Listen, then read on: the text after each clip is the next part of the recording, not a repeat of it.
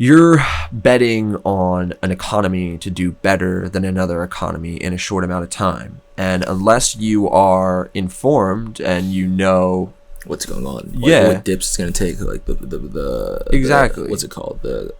I'm drawing a blank on it. It's the patterns. Yeah. Like what exactly it's going to go, how it's doing, the background of it, shit like that. Technical analysis. Yeah. And you know what? They're like, I look at it like this: is there are dudes who will literally sit there. I mean, I watch a bunch of them on YouTube who will literally sit there and do financial advising level technical analysis, absolutely fucking free. You didn't sign up for a class, or you just take a YouTube job. Like literally, I don't say that I am a financial advisor at all, but I know my way around technical analysis, and I never picked up a book. Nigga, let's make some bread. All right, I'll book the rooms. You give the classes. I was about to say, I'm not in that. Listen, all you gotta do is lead the class. I'll book the rooms. I'll get people to come. We make some money. On top of that, you can also make our money from crypto. So the biggest thing about people making both money, places. We ain't gotta worry about the actual crypto. We can just take these niggas' money. Here's the thing that I learned about making money. People who have money know how to make money, and people who know how to make money, they tell other people. Well, they are selective in who they tell and how they tell. Like, you know what I mean? Well, you don't give away all the secrets. You just give away the basics. Exactly. I don't walk people step by step, except for people's children. So if you see somebody posting some shit on Instagram like, why are you guys not all Forex trading your fucking trust fund away? Like, that sounds like some really privileged ass. Like, and that's the thing. The person who posted this isn't a privileged person, though, and they come from Philly, like the city, not the suburbs, like us. Well, that just sounds like a person in the know, and that's literally the benefit of it. Is like being in the know about something. Like, I don't know, like cryptocurrency is one of those things that enough people know about it to where it's not like, oh, whatever. But on the same sense, nobody fucking knows about it. Yeah. And I always hate coming back to this, but in 5 years, people will be looking back like, whoa, how did I not know about it then? You know, how is this thing existing around me? And I never really paid attention to it. It always happens, though. Like, I know with stocks, especially, like, I didn't really even know about stocks. It's silly, but until the episode of Full House where DJ and Kimmy were trying to buy a keyboard, and so they were doing the stocks in the newspaper. And I remember being a kid being like, all right, let me find the newspaper. And I got a newspaper, and I was like, yo, what the fuck are these letters? Yeah, yo. I was like, how did they do this? I mean, there's, like, investing is such a niche thing. Like, I think it has something to do with, like, 70% of the stock market is owned by, like, the top 1%. Yeah, I believe that. So when they talk about the stock market doing well, that never reflects good on us, like normal people. You know what I mean? Yeah. It's only people who are invested in the stock market or own these companies. I'm like, hey, that's us. That's us. And it's like we literally are the people because nobody else has enough wealth. Like, imagine. I was gonna say, have you seen the like trickle down where it's like a bunch of cups stacked on, you draw the water and it trickles down? Have you seen the picture where it's just the big ass cup up top and nothing's trickling down? That's what it is. Yes. Except it's a cup, and then the cup has a funnel just at the bottom that goes into a limitless tank. So what are you talking about? What are you talking about? The cups at the bottom have holes in them. It's a pool underneath of us with pumps that pump it back up to the top. So even if it trickles down, they've got fucking holes for it to leak through. I got some. All right, new J's. Well, you know, it's fucking funny you say that, but think about it. Something that has such a fucking culture hold is so goddamn fucking expensive. Yeah. Like, is it the exclusivity and the expensiveness of it that gives it the culture hold, or is it the item itself? Because there is no reason that a Nike shoe should cost $200. It's the exclusivity of it, but also Nike makes good shoes. They do. Now, here's the thing. Here's the thing. Nike makes good shoes, and it's surprising when companies come out. Like, the baller brand, Lonzo Ball, was saying he had to change his shoes, like, during games. Like, Zion broke through his shoes, and they might have been Adidas or something else or Pumas, but they weren't Nikes. And if they were Nikes, then I'm mistaken. Fact check me. But Nikes make good shoes, so it makes sense that they cost money. At the same time, I don't know if you remember a man named Stephon Marbury. He came out, he played for the Knicks. It's like a bald head nigga like me. And he was like, shoes cost too much. So he came out with the Marburys. They're like a blue and orange shoe. Let me see if I can find it. Blue and orange shoe, but they were like $15, and they were made the same as Nikes. Like, I remember watching a video of these niggas cutting into it. Let me see if I can find the blue and orange shoe, but they were like $15, and they were made the same as Nikes. Like, I remember watching a video of these niggas cutting into it. Let me see if I can find the blue and orange shoe, but they were like $15, and they were made the same as Nikes. Like, I remember watching a video of these niggas cutting into it. And I mean, I always used to think that they weren't the best looking shoes. But he tried to make affordable shoes, and people were just like, nah, those aren't Nikes. They don't look nice. And I mean, they don't have the best design. I'll give them that.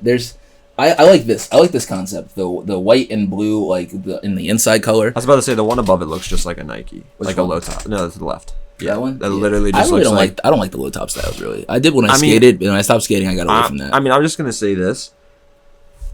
Jordan 1s should not cost as much as they do. Those are like the original shoe. Like, if you look up what a sneaker looks like, it looks like a Jordan 1, okay?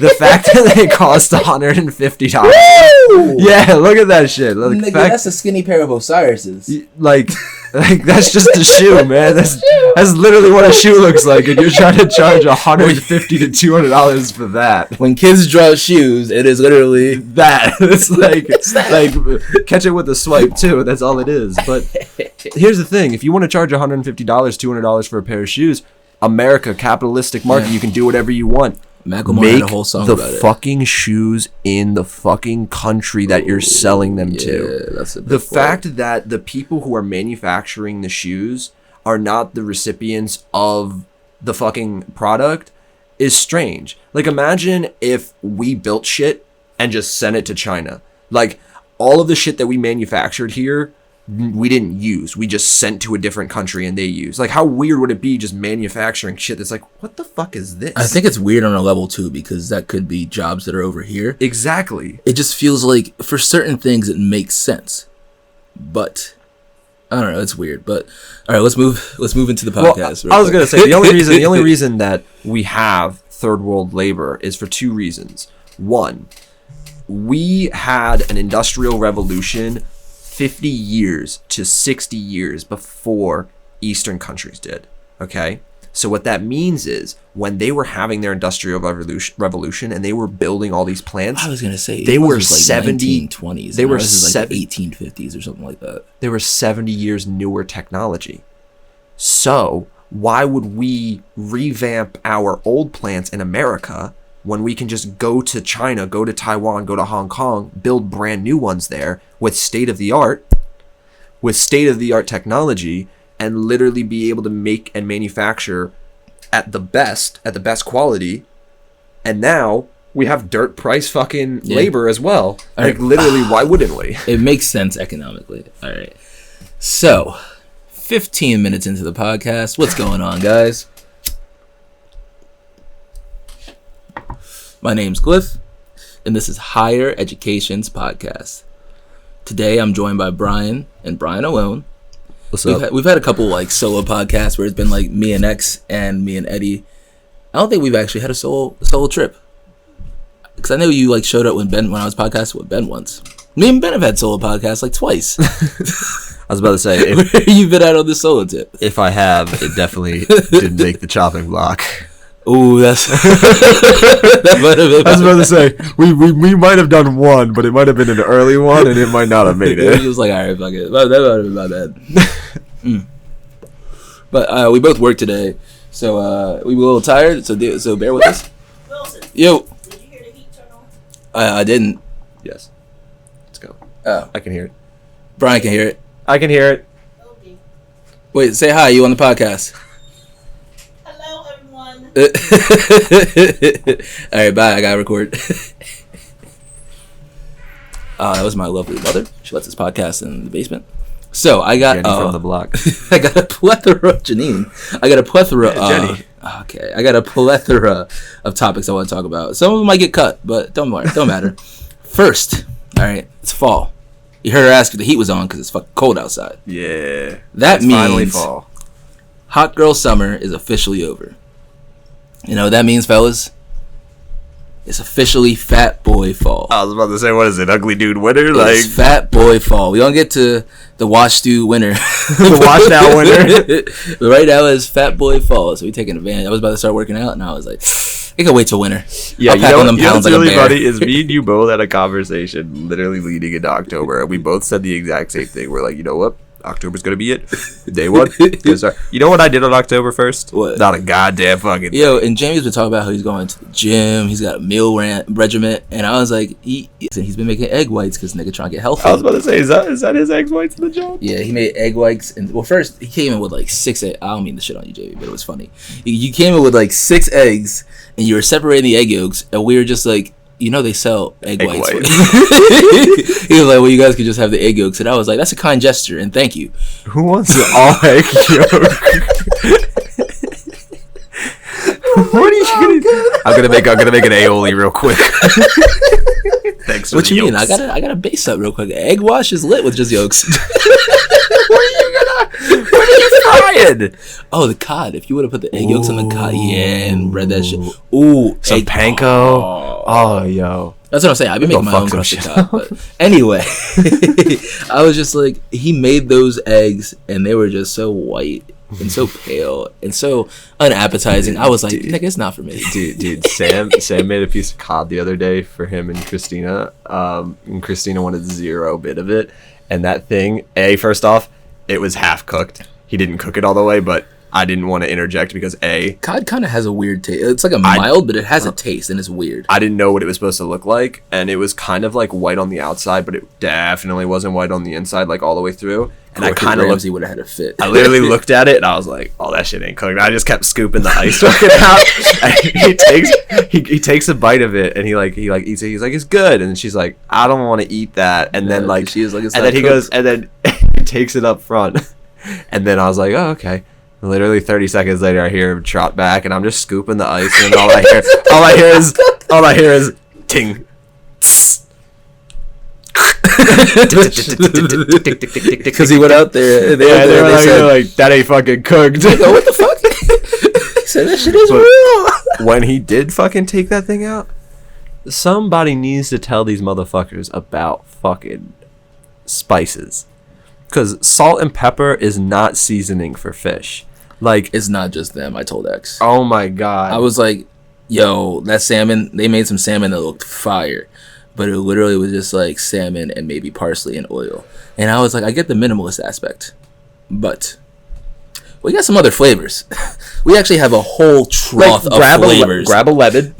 Get some garlic powder, some fucking like. Because like the salmon that we get looks good, so when you cook it, it's like, all right, it's gonna look fire regardless. And if you throw some flakes of any kind on top of it, visually that shit looks fire. Like you want to make some yourself when you see it. But then you're like, okay, what's the taste though? Is it just salmon and parsley? Because that's not a taste I can really get behind. And oil. All right, let's move on to our first topic. I said we're gonna cut a lot of these, so I want to talk about, or not cut them, but like maybe save them. But I want to talk about a Netflix show that put its big feet in its big mouth.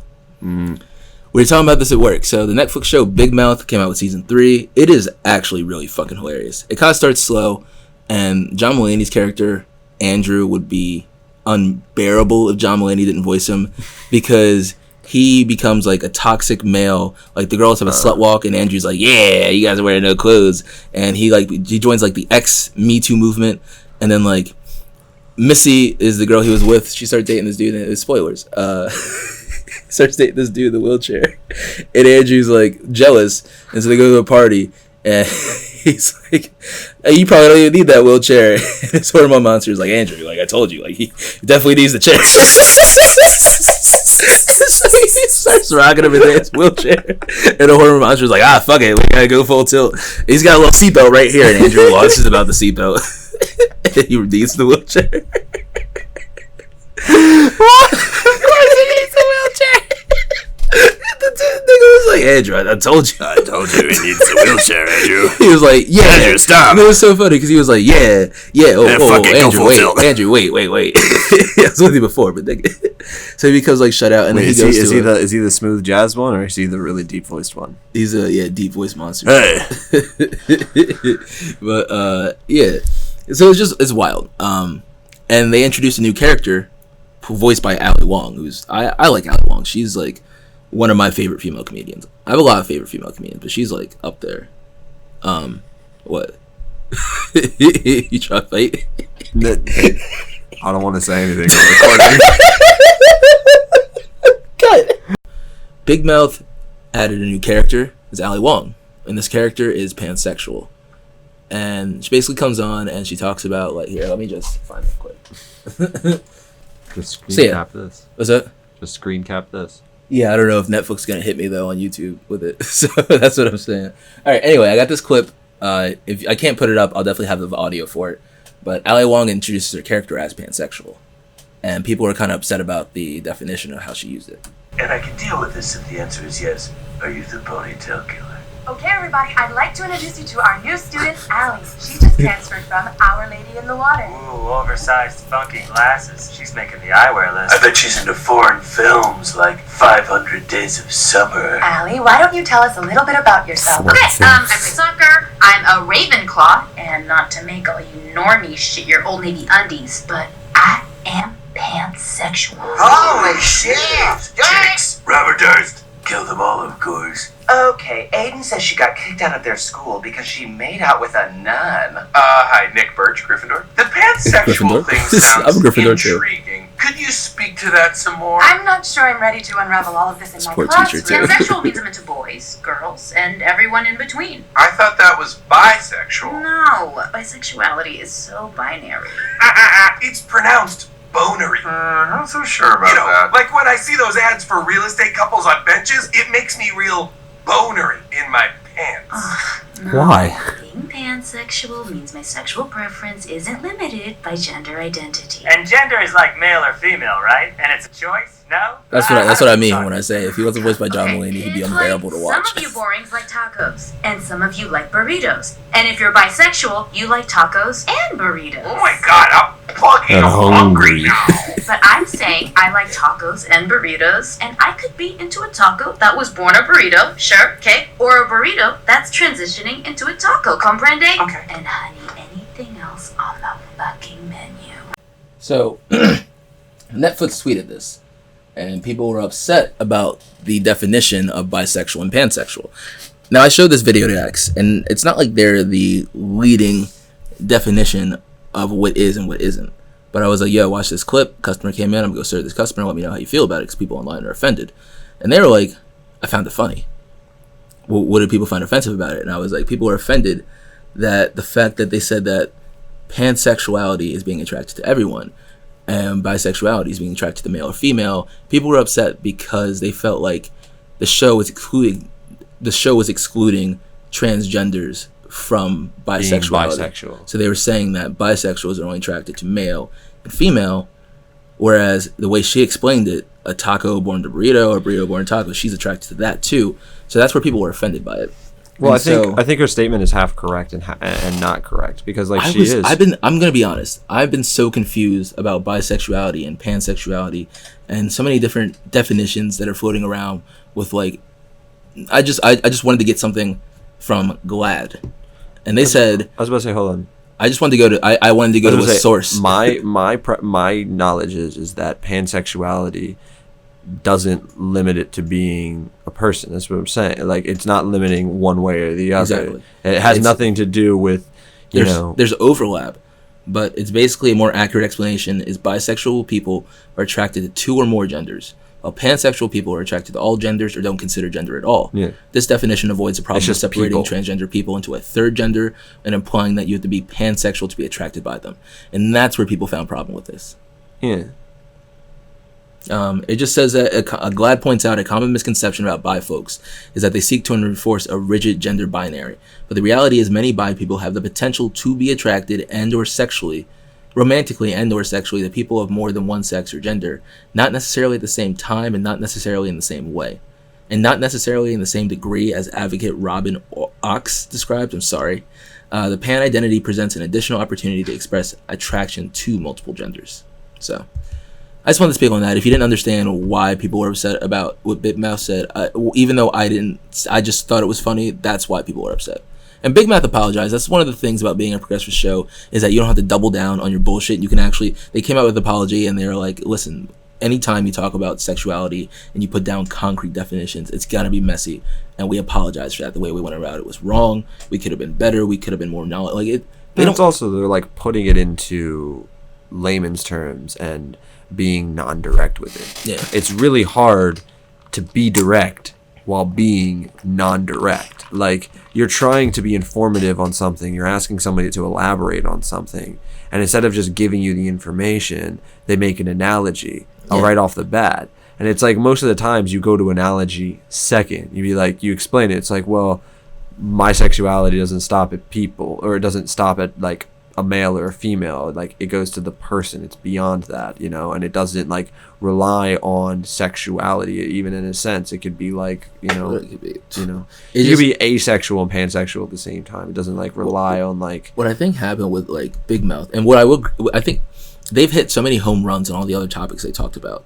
Like, I just watched an episode that was all about Duke Wellington, like the ghost in his attic, and it was like a mainly all black episode, and I was like, this is the way they went with it was kind of cool. It was played by Keegan, or no, the other one. Keel? No, the other one. Jordan Peele? Yeah, there we go. They just say Keel, and I was like, nah, the other one. But yeah.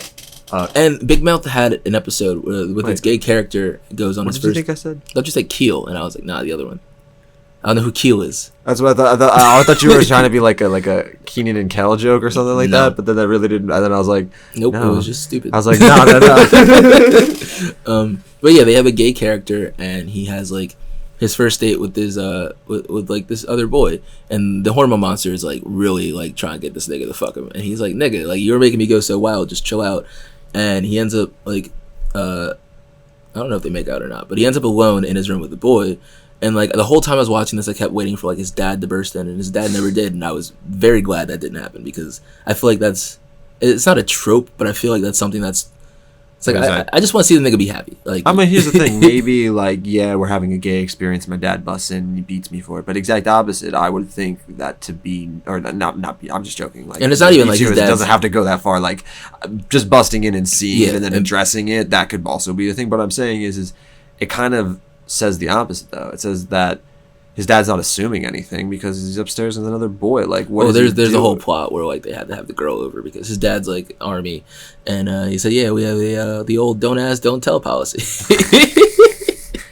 So there is that threat, but the fact that there's that threat and then it doesn't happen is like, bet. So let's move on to something. We got like 30 minutes left before we move into horrors of the world. We can try and squeeze China in there. Hong Kong. Yeah, so I actually have another point to that too that I just learned today. We gotta squeeze it. No, it's okay. Go for it. All right. Just a side tidbit. I was gonna say, so we're at 46 right now. So what's 46 plus 30? Bro, you got that whole 15 minutes in the beginning. What's 46 plus 30? Hour 15. Okay, so an hour 15. We got Star Horrors of the World. All right. So, China cancels some G League games. We were talking about this at work. If you guys are in the area, the Sixers just played a Chinese team, demolished them. The Rockets GM made some comments about CCP and Hong Kong independence, and China was not happy. China was not happy. Not even a little bit. Not even a little bit. And then this is when I found out the NBA actually bent the knee to China on some Jon Snow shit. Well, yeah, they're really powerful. Like, I apparently, like, literally, like, especially like with Houston, and this is a Houston's Rockets GM. Basically, Daryl Morey tried Sunday to defuse the rapidly growing fallout. He basically had a deleted tweet, which if you're rich and famous, nothing deleted is deleted, nigga. As soon as you posted it, screenshot, nigga. Like, not only that, just the Wayback Machine. What? The Wayback Machine? Is that a website? Nigga, I just found out you can tweet, so you can go in the search bar on Twitter and put in someone's username and then put in a word. And you can see every time someone said that word. So, Daryl Morey, the general manager of the Houston Rockets, tweeted out his support for a free Hong Kong last Friday. Bad move, apparently. Well, not bad move, but financially a bad move.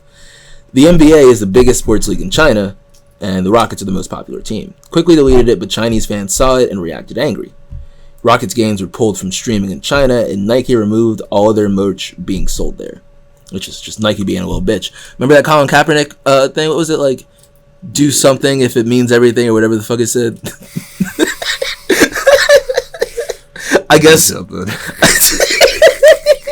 I guess they meant that fucked up slogan until it affected their bottom dollar. And they're like, hey. And blah blah blah. Unless it affects China, then we got full of everything that, yeah. So, Mori, Chinese Basketball Association is being called for Mori to be fired. The NBA responded with a statement that's saying, while the statement was offensive to Chinese fans, free speech is supported in the NBA. Okay, thanks for your undying support, NBA. And then the Chinese version of this message was a little butchered. They changed it to actually match up. But at first, they tweeted out, it was just much harder. It was just so much harder on Maury. And it was like, it's just shame that he tweeted this out.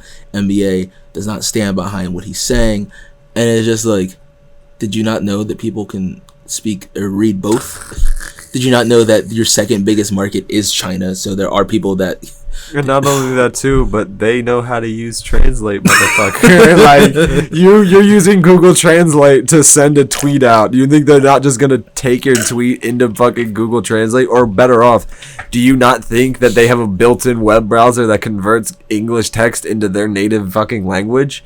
Are you that thin-skinned and fucking thick-skulled? Did you think that the world revolves around the English language? It's just so... And then, like, I don't know, a bunch of people from both sides of the aisle, like Ted Cruz, are being like, China, what the fuck? Like, well, and it's also like looking at the NBA being like, hey, what the fuck are you guys? And it's like, I don't know, we haven't really seen a slam dunk bipartisan style in a while, so it was kind of like fun being like, hey, the fuck are you guys doing? I mean, to be honest, think about it this way.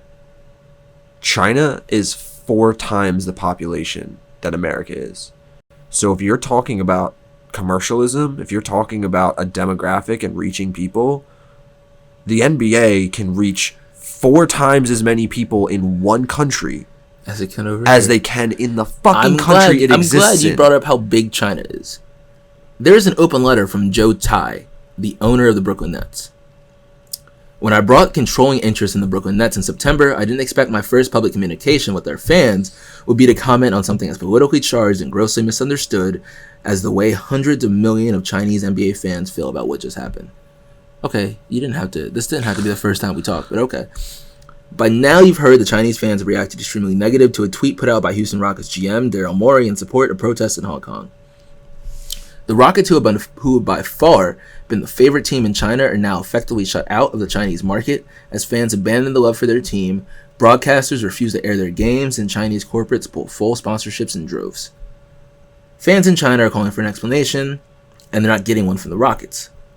The NBA is a fan-first league with hundreds of millions of fans are furious over an issue, and anyone associated with the NBA will have to pay attention.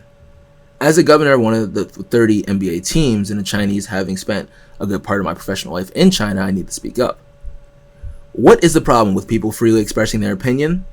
This freedom is an inherent American value, and the NBA has been progressive in allowing players and other constituents a platform to speak out on issues. The problem is, there are certain topics that are third-rail issues in certain countries, societies, and communities. Supporting a separatist movement in Chinese territories is one of those third-rail issues, not only for the Chinese government, but also for all citizens of China. The one thing that is terribly misunderstood and often ignored by the Western press of those critical to China is that 1.4 billion Chinese citizens stand united when it comes to the territorial integrity of China, the country's sovereignty over her homeland. The term is non-negotiable. By now, I hope you can begin to understand why Daryl Morey's tweet is so damaging with our relationship. He says some other shit. But 1.4 people stand united in something? 1.4 people. 1.4 billion people stand united in this one cause. No. That's too many people. Because here's the thing. That's entirely too many people. The biggest problem with the fact that they're the biggest market is they're not just the biggest market, but they're not an open market. No. They're the biggest controlled market. Literally, Twitter, Facebook, these things don't exist in China. They have to create their own social medias, and they have their own social medias that are bigger than Facebook and that are bigger than Twitter. And the reason is because there's 1.4 billion people fucking using it, because there's here's the thing. If you want to be on a social media platform in America, how many can you name? Top of my head, 6. Because you can go from a professional level to an unprofessional level. Instagram, LinkedIn, Reddit, Imgur, Twitter. Yeah, 6. Yeah. Fucking Tumblr. 7. Fucking go old school. MySpace. There you go. It's just crazy because there are 5 demands of the Hong Kong protesters. Full withdrawal of extradition bill, a bill that would have allowed courts in China ask for criminals to be handed over, a commission of inquiry into the alleged police brutality, retraction, the classification of protesters as rioters, and I'm about to butcher the fuck out of this word. Anonymity. Amnesty. Amnesty. Amnesty for arrested protesters. And number 5, dual universal suffrage, meaning for both legislative council and chief executives. Them, at least the majority of Hong Kong people, are not demanding to become an independent state. We are asking to cast the check that was promised to us, that Hong Kong will have 50 years of one country, 2 systems.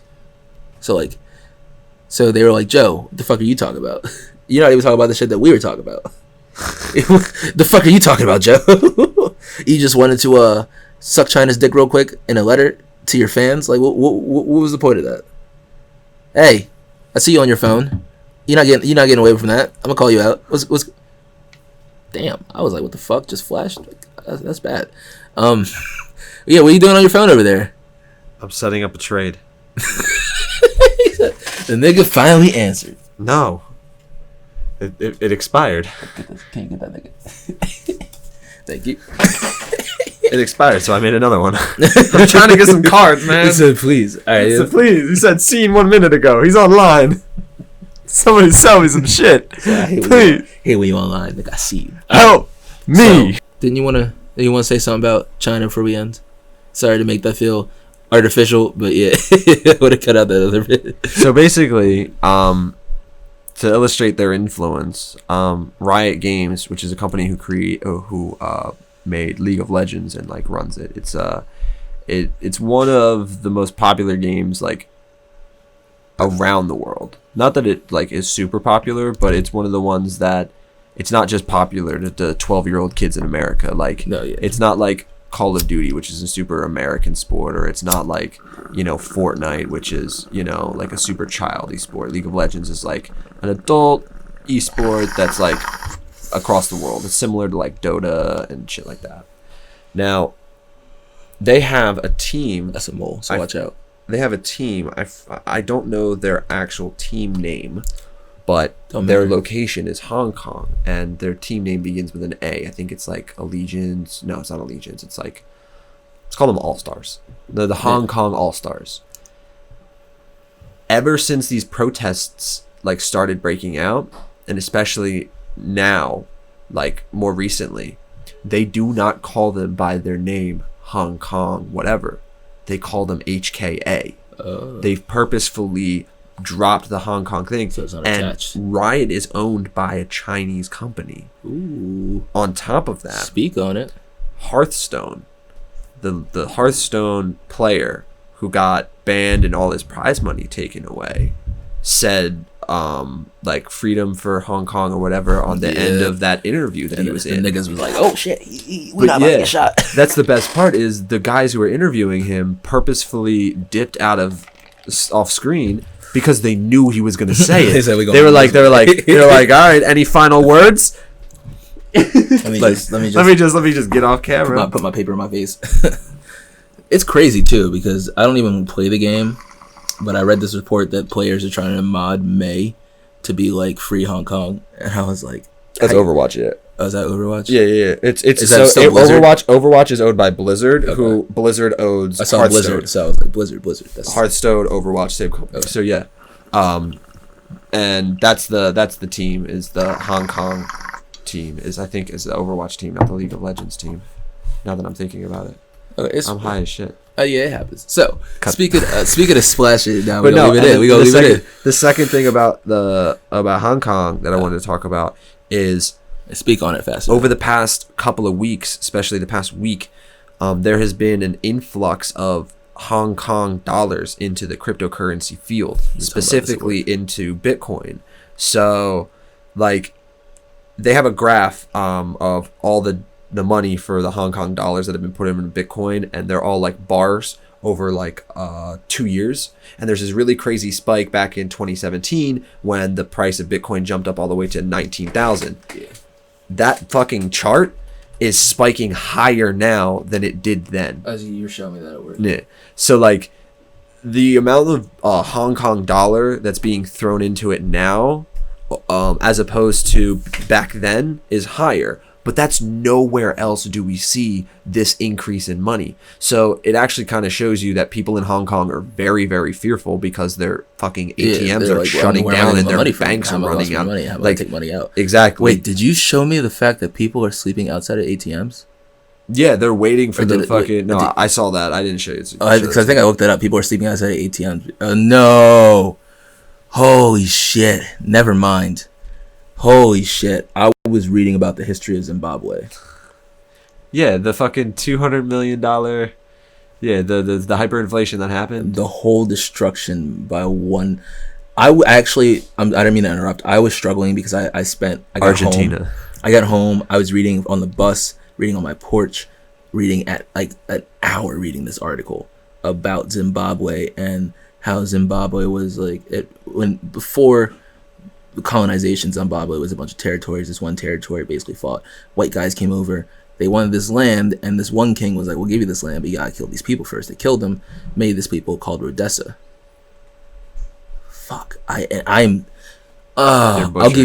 give you a choice. Actually, this is the first podcast where you have a choice for horrors of the world. So keep that in mind. All right. So speaking of, I told you I struggle with which one I wanted to do. Do you know what's happening in Argentina right now? Is that the same thing? Basically, Argentina should be the wealthiest country in the world. That's what they said. Argentina sits on more oil than any other country in the world, and it's a socialist nation, but it's a socialist nation that is very, very, very, very corrupt. Yeah. It has funneled all of its money into the top fucking political parties, and it is incredibly, incredibly hyperinflated, low stock in economy, unemployment's up, like literally everything that is bad about a country. Plus, aren't they like, is that the one where they're doing like zero tolerance on drug users and drug sellers, like where everyone's being killed? I mean, it's one of those South because American countries. Because here's the thing too, is they sit, and like Trump had just recently congratulated him or some shit like that. They sit in the path of a lot of the countries coming to, they sit in the northwestern part of South America. So any people that need to come from South America into Central America pretty much will pass through Argentina. I'm pretty sure it's right next to Colombia. I'm pretty sure you have to go through it to get like north. I'll find it later, but look it up. Speaking to splashing on China real quick before I go into this, keep growing out your facial hair. You just gotta trim it at the neck, dude. Because look, ready, I think got a little bit of this action going on. Nah, it's not coming in here. Yes, it is. Look, no, it's not. Turn this way. No, it's coming in on that side. Turn that way. What? It's not coming in. All right. So look, do you see how? How can I just get this picture? Of course, it's gonna be off the air, but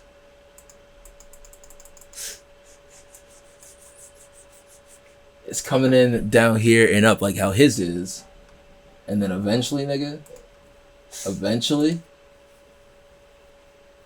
Where we at? But now. Yo, who is this neckbeard ass? Yo! He got a neckbeard and a fucking widow's peak. Oh my god. What? No, what? You see that V on his forehead? That's a widow's peak. I got a receding hairline. I'm fucking rude to talk. See this? That could be all you. Just let it grow.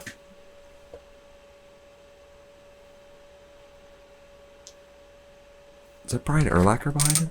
No, it's a joke. Yeah, it's Mr. Trubisky. All right. So, speaking of splashing on China, Ben Simmons hit a 3. Nigga, where were you? Because I was asleep. I was tired. I got home from work. I lay down, woke up. Niggas was going crazy on Twitter, and I was like, Ben Simmons hit a 3. Ben Simmons hit a 3? I was like, what? And then I had to go, and I was like, oh, okay. And it was to the point where, like I said, they were up by like 20 or 30 points. Pass me that, John. Yeah. That's the first thing I typed in Ben Simmons. No, the other John. Waiting for Horrors of the World for that. How big is it? Okay. out right now, resetting. Okay, so yeah, it's 41-79. Who is this? The Chinese team. Gua? Gua. So yeah, Joel is like, shoot it. Resetting.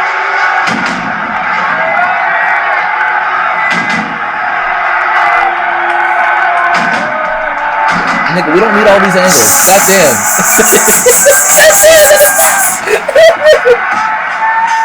From every angle it says, yeah, this is great. You gotta put this in, dude. You got.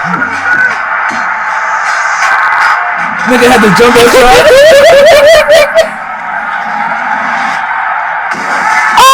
And bro, people went crazy. Literally, like it was a playoff game, and we weren't up by 40 points.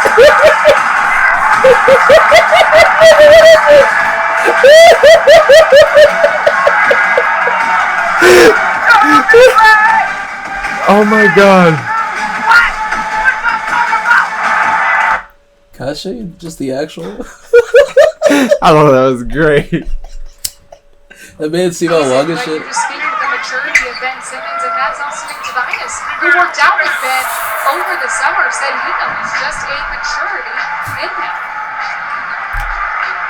Out right now, resetting. Now, Joel's like, this shoot Chinese team is just a bunch of washed up Americans who couldn't actually play, right?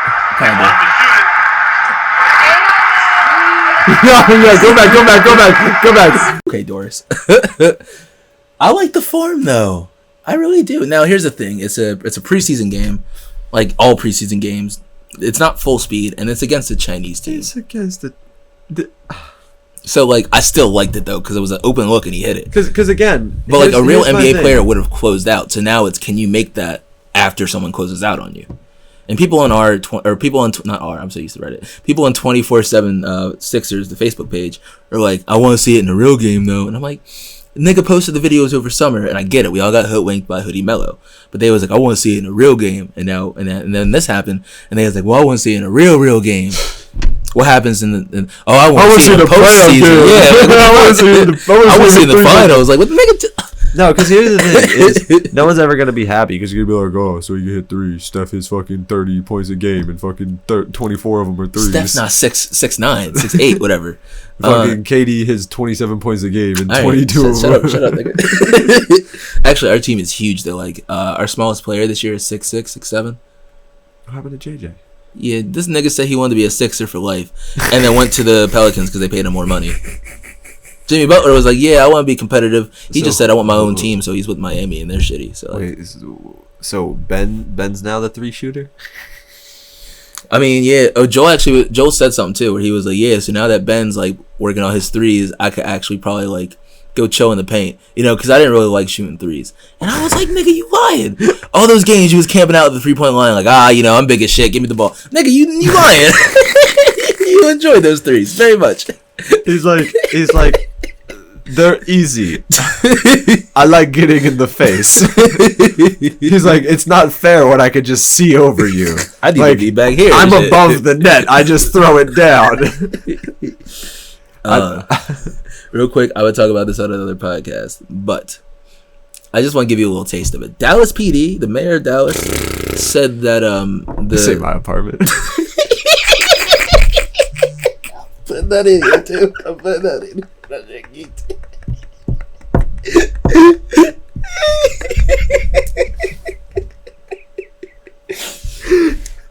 Alright, so basically the woman who recorded Gene's last moments where he was like, you shot me, or why'd you shoot me?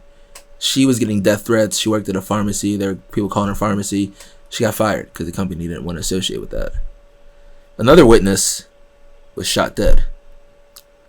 And the mayor of Dallas wants people to stop speculating. Now, what I'll say, because I'll go into depth on it later, we can actually talk about the situation as it develops. Nigga, I'm the public. I'm not the prosecutor. I'm not the defense. I'm not the judge. I'm not the jury. Now, the jury, y'all niggas don't speculate because y'all got a job. But if you're not any of those people, speculate. Think. Are we not allowed to think, nigga? Like, what? Exactly. You're going to be like, oh, don't worry about it. We'll take care of it. Y'all the same niggas that said, oh, well, we found weakness. No, I don't want to. I'm speculating about y'all for sure. That's the niggas you speculate about. If there are some niggas you speculate about, it's them. It's like when somebody is like, don't worry about it. Don't be suspicious of this. It's like, whoa. No. Now I'm suspicious of that. So yeah, what'd you put in the drink? Don't worry about it. It was red before, right? No. The Sprite? It was not. The Sprite? This ain't no Sprite cranberry. All right, so time to move into choose your own adventure. So, Brian. Hola. Toy Box Killer or The Fall and Now Rise of Zimbabwe. Zimbabwe. All right. You don't have anything written down for this. I do, actually. I just haven't compressed it, but I literally spent an hour reading about it, so just by bullet points, I can tell you each one. Yeah, but you don't have a rap for it. It's a freestyle, though. This is mad bassy. I'm gonna let you know I didn't have a rap for the other one either. I had like an idea. Yeah, that bass led me into like a... Alright, guys. Time for our end segment. Horrors of the World. Yeah. Horrors of the world. Listen, grab your girl. Yeah. I spent an hour reading about Zimbabwe. Listen, you ain't going my way. I read about a president, we might as well call him a dictator, but he didn't date her. He just took this country and he abandoned it. Listen, he drove it into the dirt. The white farmers, they had land, but listen, man, he came down and took it from them, displaced them, and gave it to people who couldn't farm. But listen, he thought he wasn't doing no harm. He just put people in power, and then he gave the farm to his friends. Listen, this ain't the end. He sent his country into poverty, but he couldn't see all the shit he was doing. He thought he was doing. He destroyed the country, but they trying to rebuild. Listen, this man, he tried to build a dam. He fucked up the infrastructure, but listen, this was the structure. It's going off the rails, but so did Zimbabwe. But let me tell you about the tales, man. It was messy, but for Off the Dome, you got the gist. Yeah. you told the story. I've done worse ones, yeah. So you've done. I don't want to hear. I don't want to insult you. You can insult yourself. All right, well, thank you. Yeah, so, I don't want to jump on board, you know. All right, so the fall of Zimbabwe. I basically got to it because I was reading this Reddit comment. I was in this Reddit section, and it's like, win stupid prizes. So basically, it's a bunch of people doing stupid shit, and they win stupid prizes. So let me see if I can. This post I saw, it's at the fucking front. I'll show it to you, and I'll put it up here.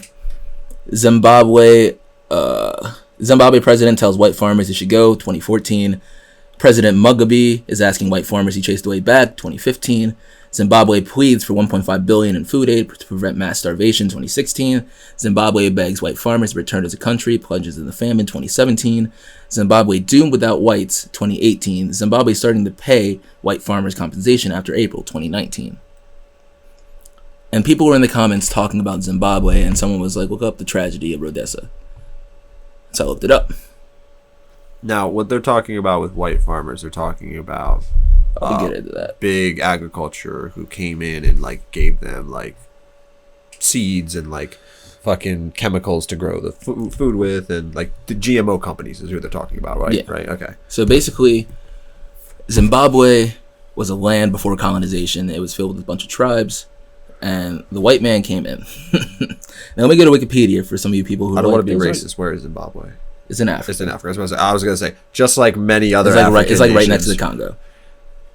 But this white man was from England. So that's like in like the southwestern part of it that like buckles. Yeah, I'll put it on the map. It's like right above South Africa. Right. Here, I can actually just show you. Okay, yeah.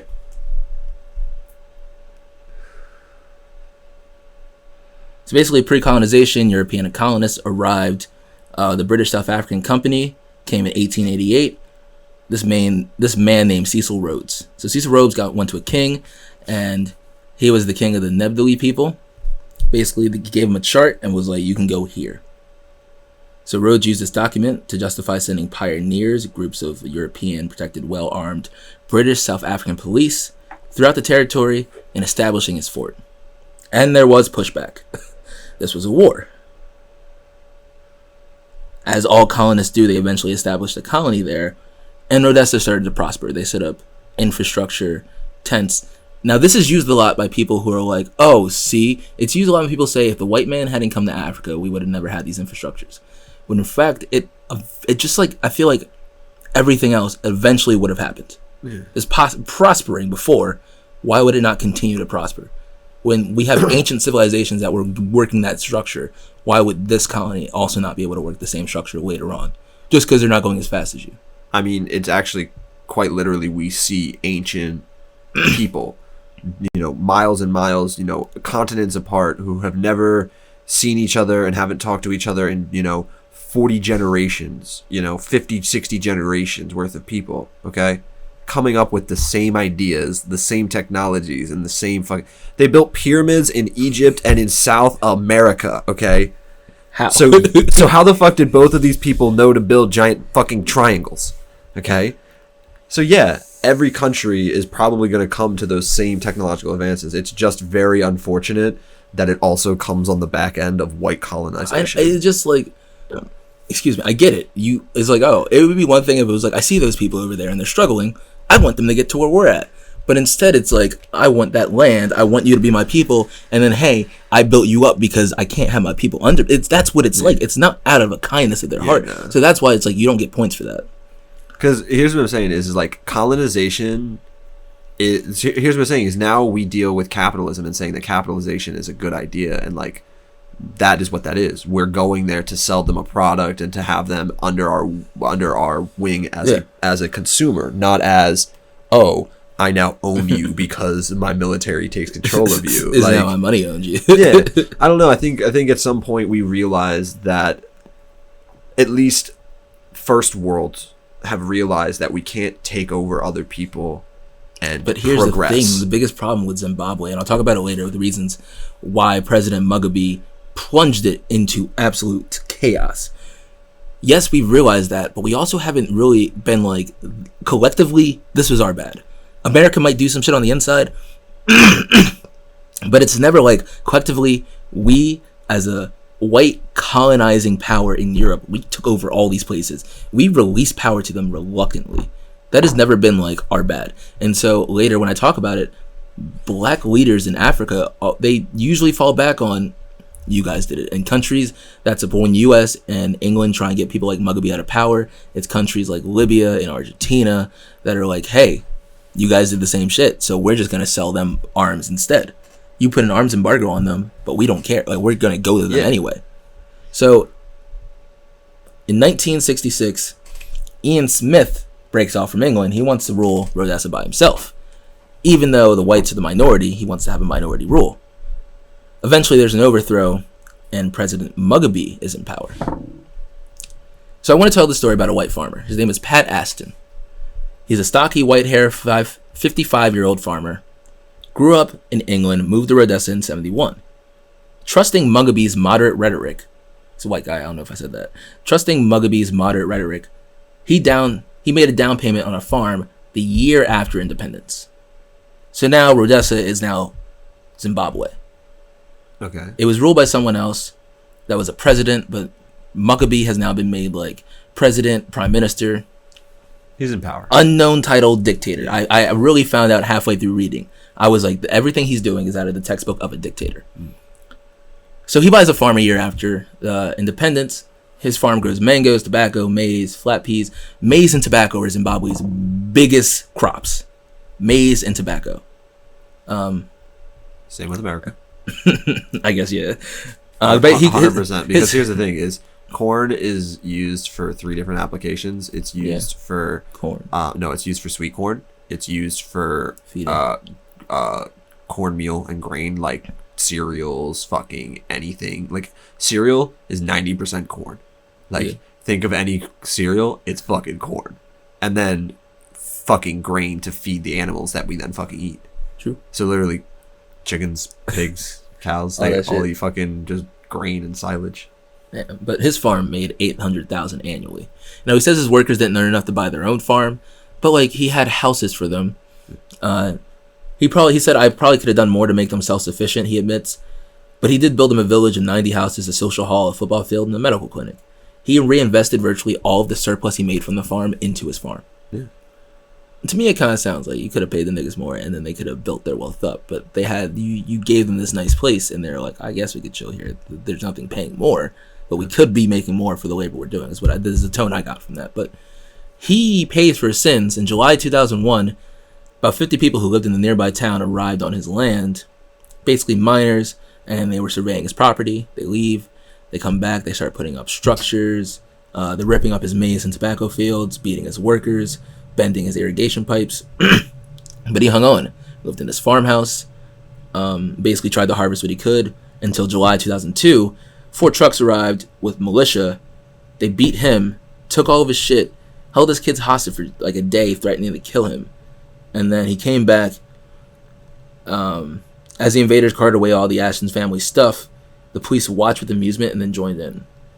Ashton says that the reporter for the article says that Ashton is more sympathetic than the other farmers, but this story is similar. In 2000, about 4,000 large-scale commercial farmers owned 70% of Zimbabwe's Arabi land. 2/3 of them bought that land after it became Zimbabwe. So after independence, they bought this land from Mugabe. So what happens is basically Mugabe has this plan he wants to do in Congress and to fast track it. It doesn't work. He gets political opposition. And he blames his political opposition on the whites. So what they say was that there was a civil war before it was colonized. And that the liberation of Zimbabwe was the second civil war. So after he tries to enact his plan and it gets opposed, he enacts a third civil war.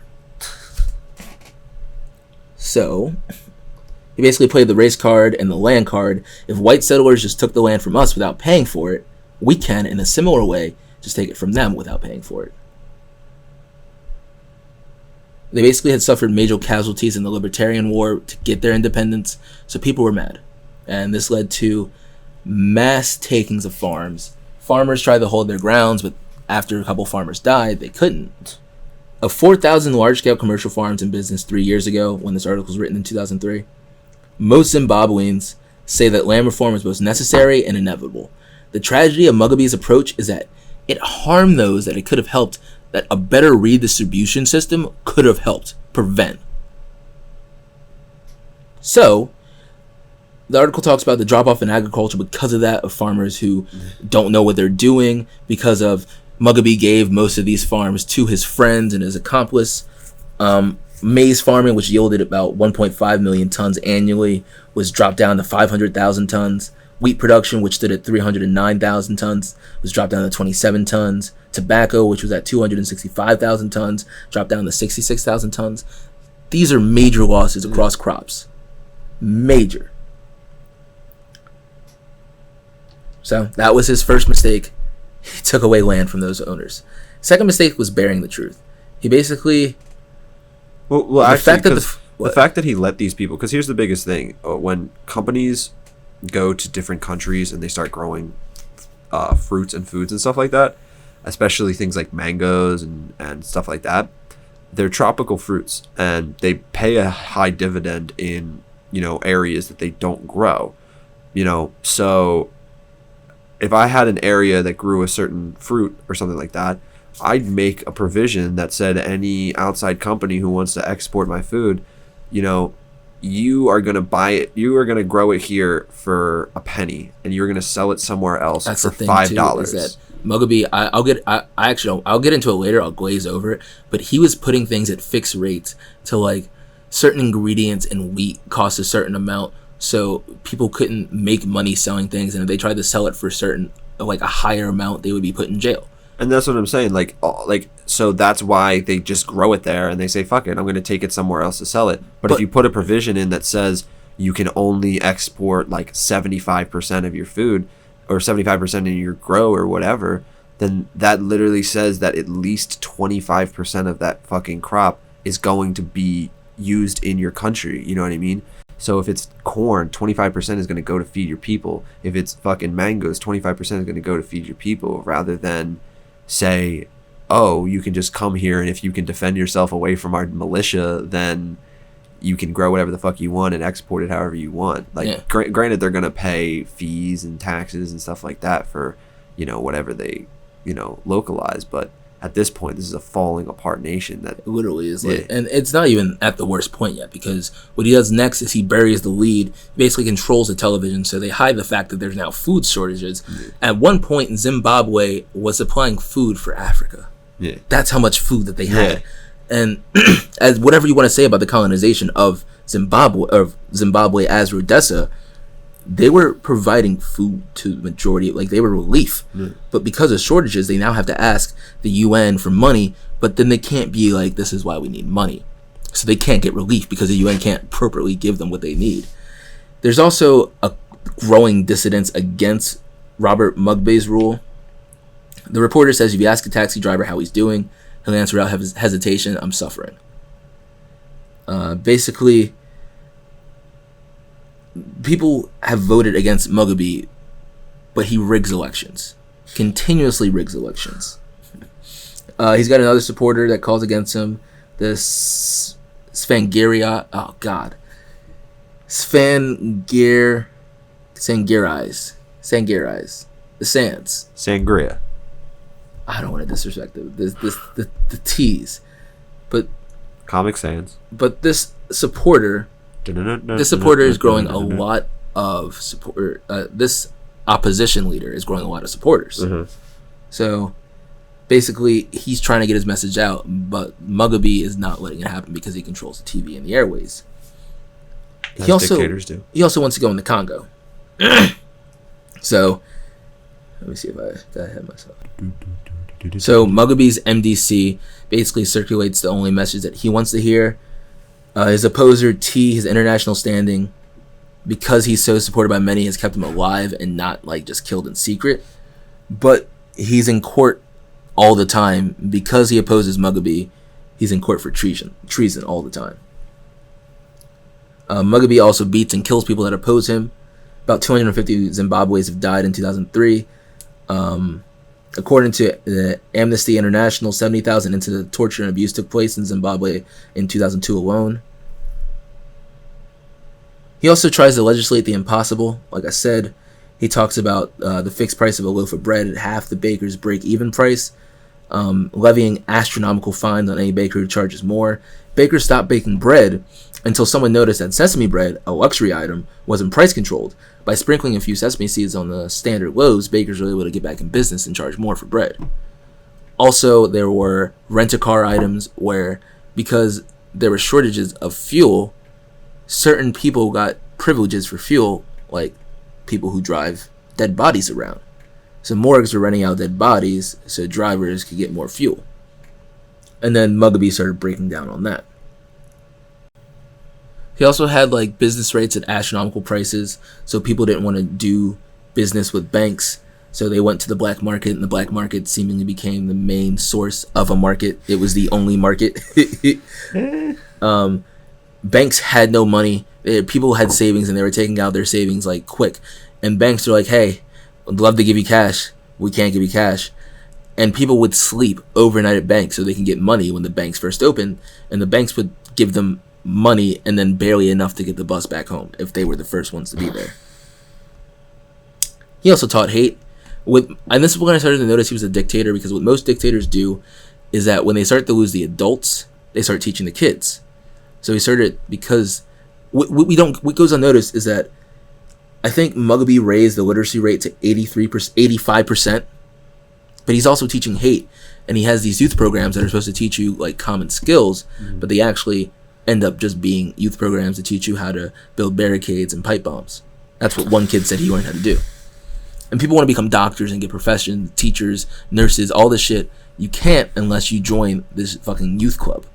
He literally holds those spots for colleges for kids who are in this fucking club.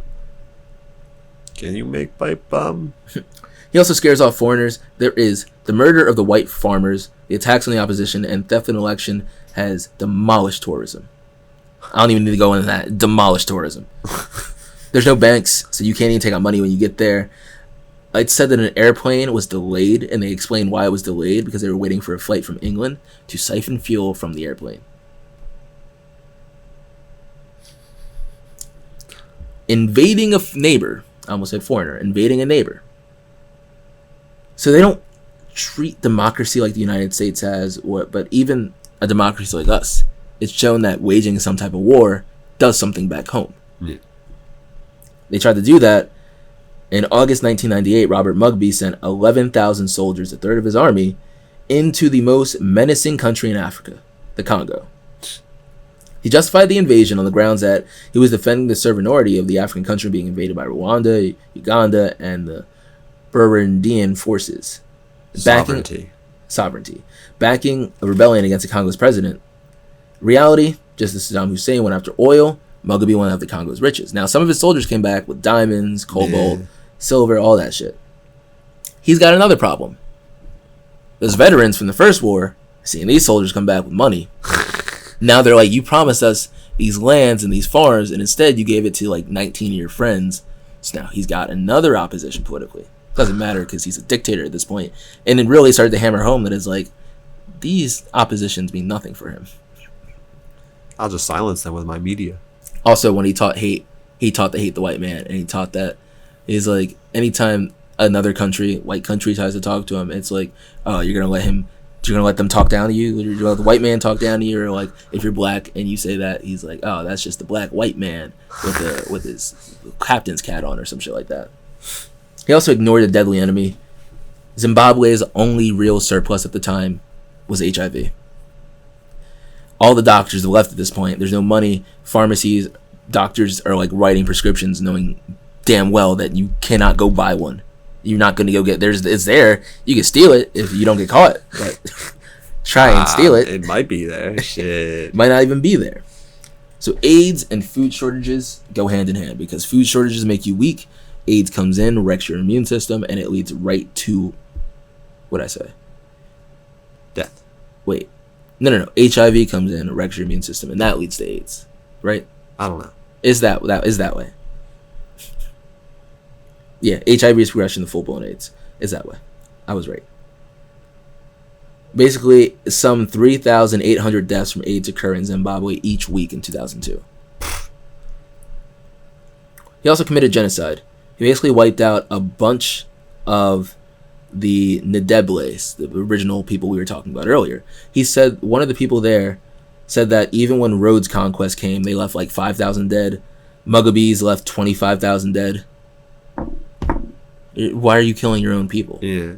That you're just a dictator. And at a very much increased rate than like the last person. Yeah.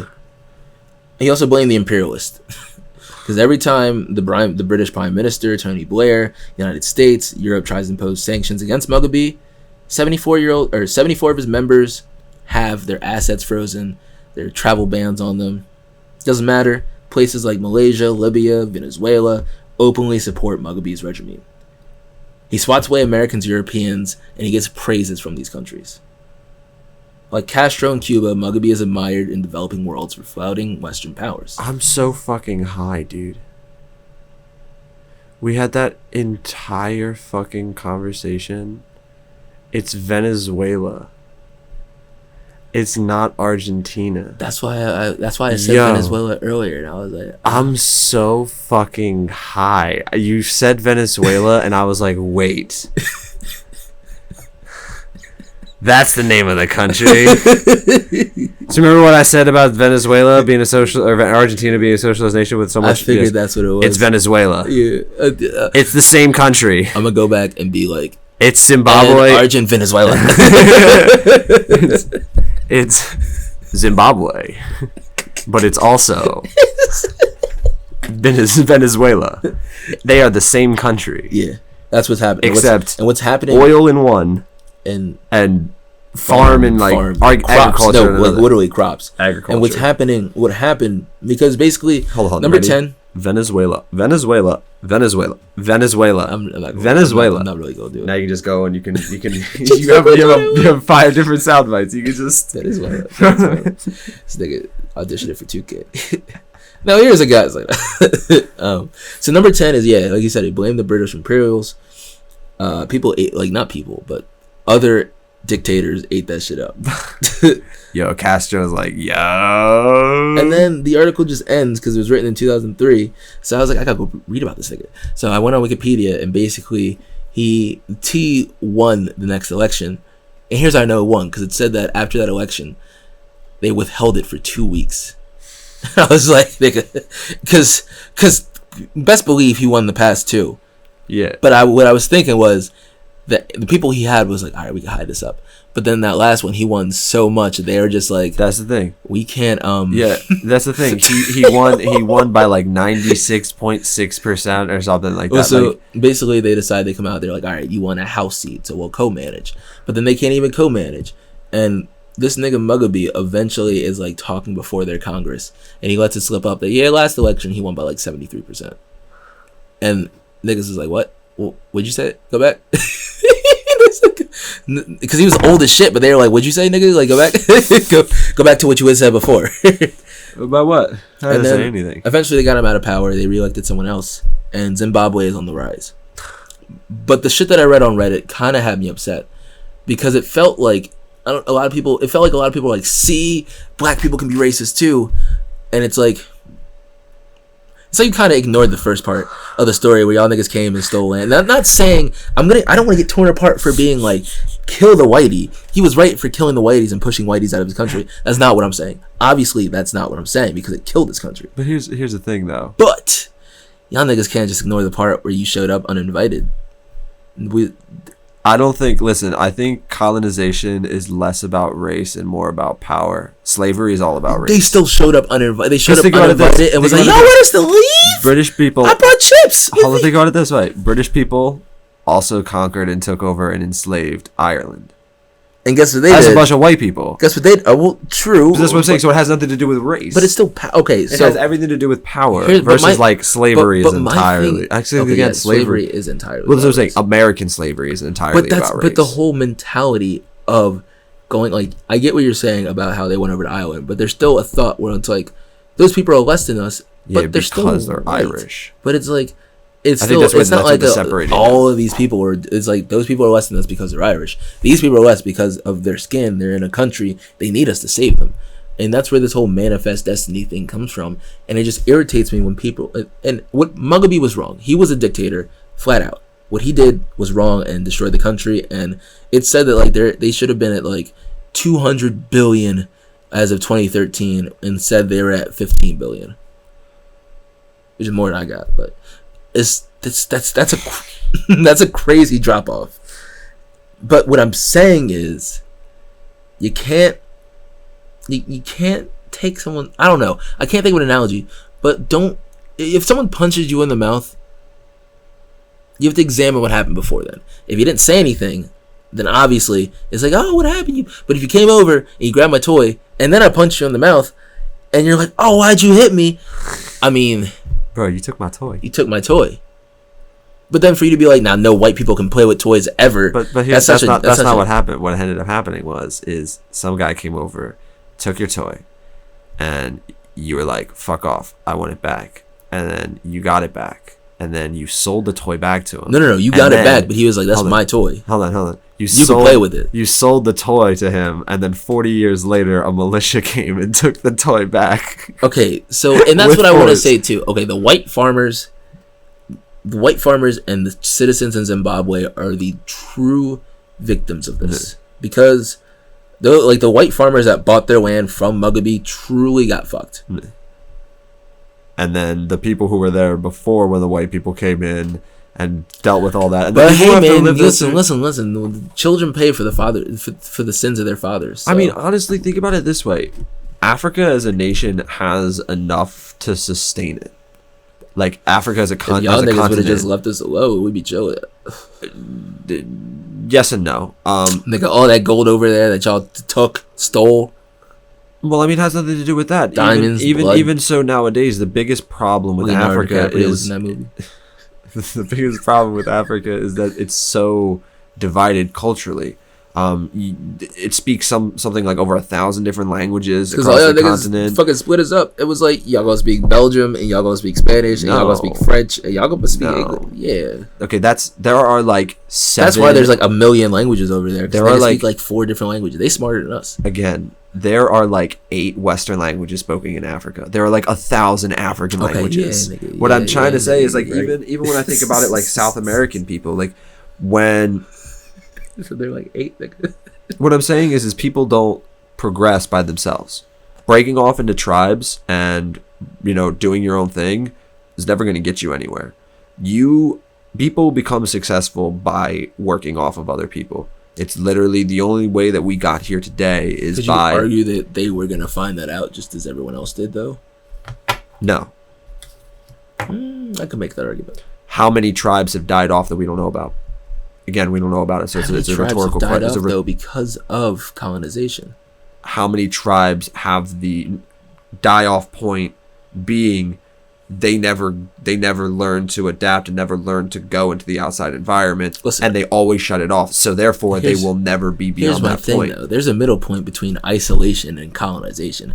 I think if niggas would have came over on a friendlier tip, it would have been fine. Like, look at what happened when they went over to, we talked about it earlier in the Horrors of the World, but when they went to Jonestown with the natives, that was fine. They came over on a friendly. When you come over on a violent tip of a, I want to take over or I want to convert you, your religion is wrong. Like when you attack someone like that, I feel like there's a whole level of resistance. Just come over on the friendly tip.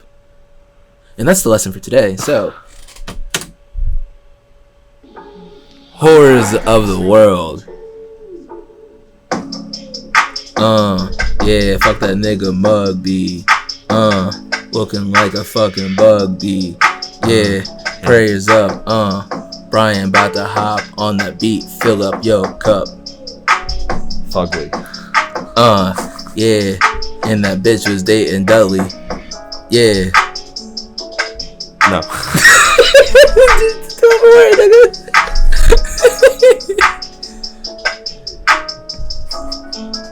Are you waiting for something?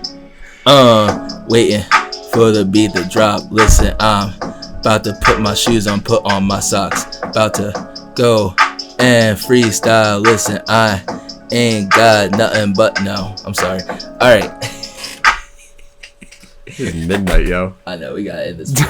How long have we been podcasting? It's probably gonna be an hour and 20-minute podcast. I'm gonna be real with you. How long have we been recording? Hour and 40. I will show you this for VM because you like I don't think I freestyle good, but I feel like I could hop on a beat or something. The baby was freestyle. Damn, that's a lot of shit. The baby was freestyle on Sway, and he was getting it. And they turned to his man Stunna. I really don't know who Stunna is, but apparently he's a rapper. Baby, Sway in the morning, Shade 45, get that Kirk album. You got it. 21. Wait, who was that? Stunna. That was Stunna? Go back. Why he look like What was that dude's name? Baby, Sway in the morning, Shade 45, get that Kirk album.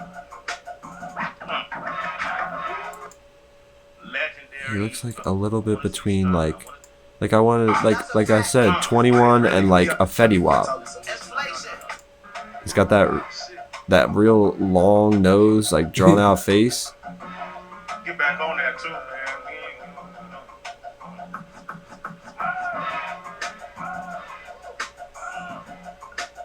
Request a beat.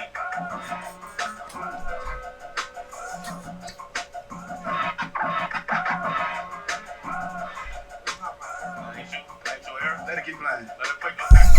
Baby, Sway in the morning. And then the baby just freestyles again, and I was like, bro, to do something, I hop on it. Why didn't he hop on it? He's supposed to be a rapper. You can't free. He's supposed to be a rapper. We just say some shit. Just say something you wrote. It's not like anybody knows it anyway. No, literally.